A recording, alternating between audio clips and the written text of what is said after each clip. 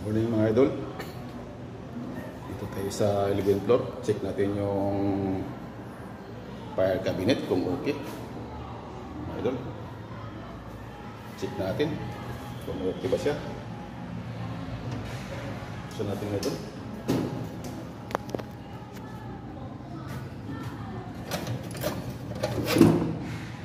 Okay pa. Ito mga idol. Okay pa yung fire cabinet natin. Saka itong fire extinguisher kung bago.